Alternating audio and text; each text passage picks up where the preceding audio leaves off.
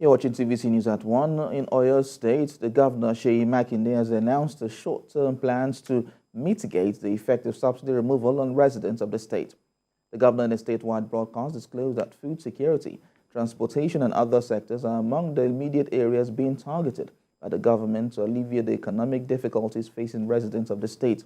Also following the recent strike embarked upon by the state's workforce, Governor Makinde also directed the civil servants to resume to their duty post on Monday, as his government will pay the 2 months deductions owed to them with their August salary, as well as explore further options on dialogue.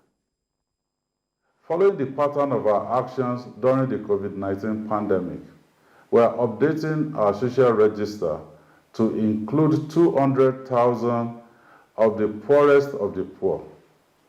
This will be provided with immediate food relief packages.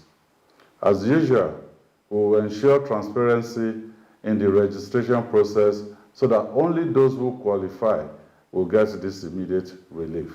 We'll be providing health insurance for 100,000 of our most vulnerable citizens. We'll be paying their one-year health insurance premium under the Oyo State Health Insurance Agency, OSHA scheme, so that they have access to quality health care without paying out of pocket. The Omitutu bus service will be extended to cover intercity routes from Ibadan to all other zones of Oyo State. And now to NASARAWA State, where the Deputy Governor, Emmanuel Akabe, has appealed to Nigerians to show understanding with President Bola Tinubu over the removal of fuel subsidy. Mr. Akabe, who represented his principal, was speaking in Akwanga local government area of the state during the flag-off of distribution of fertilizers to farmers. He expressed optimism that the policy would, at the long run, bring meaningful development that Nigerians are yearning for. The removal of petroleum subsidy has put us into level. But it is a necessary thing because we needed to remove this petroleum subsidy.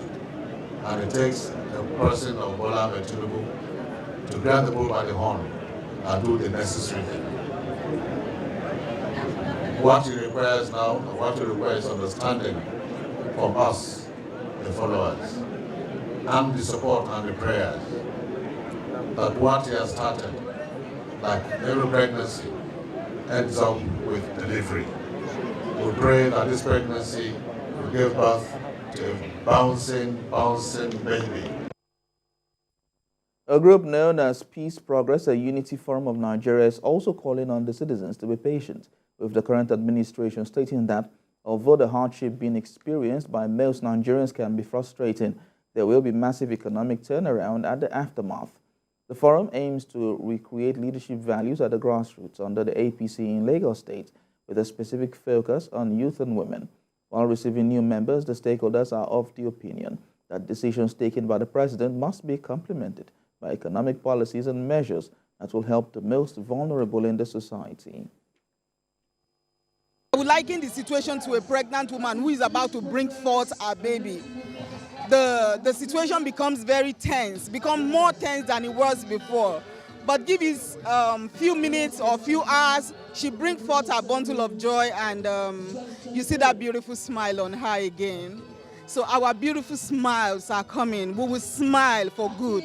It is better we go through this time now and our children enjoy in the future. Even we ourselves have a better future to talk about, and then we leave a better legacy for our children. The people just need to be patient so that we can meet at equilibrium. When we follow his policy, if a leader is coming into the system, he needs to have a policy. He needs to have his own direction. He has given us a direction. Ours is to wait and see. And if after a while we do not see any difference, we can hold them accountable for it. A former House of Representatives member, Shinopela, has assured Nigerians that the administration of President Bola Tinubu will give the necessary support to every initiative targeted at enhancing trade and commerce between foreign investors, traders, and Nigerian businessmen and women. The former lawmaker made this known in his recent visit to Benin Republic, where he met with the country's Minister of Trade and Investment, Shadia Alimatu, ahead of the Nigeria-Benin Investment Summit, which is expected to hold in Cotonou, the country's capital. He said the summit will provide a unique opportunity for researchers, policymakers, and development practitioners from Nigeria, Benin Republic, and other parts of Africa to debate developmental policies that will eradicate poverty from the continent. Mr. Pella, who has been appointed by the organizers of the summit as a member of the organizing committee, is expected to coordinate and bring in businessmen and women from Nigeria to attend the event.